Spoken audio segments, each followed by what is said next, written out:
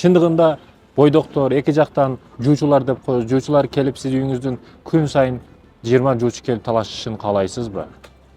Албетте, кыз баланы сулуу кыла турган, кооз кыла турган турецкий кийиминде эмес, европача жашашында эмес, мындай кичинекей кашык менен тарелкада вилкаларды сайып тамак жешинде эмес, жакшы кийиниши, жакшы макияж, жакшы краскаларды бетине тонна кылып коюшунда эмес, кыз баланын сулуулугу бул баягы иффат деп коет.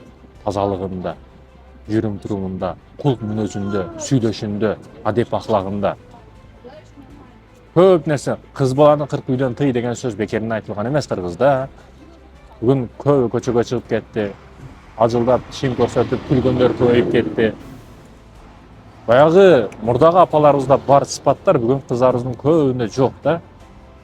Этегин жабыш жок, каалаган жерин көрсөтөт, татуировканын түрү менен чыздырат, түн клуб, ночной клуб, дагы не?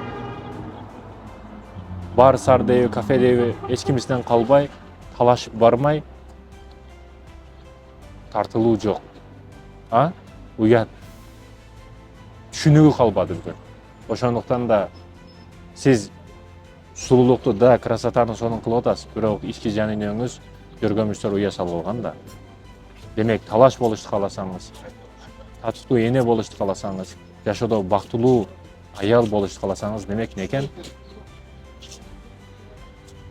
Баягы сыртыңызга эмес, ички жаныңызга маани бериңиз, эже карындашым.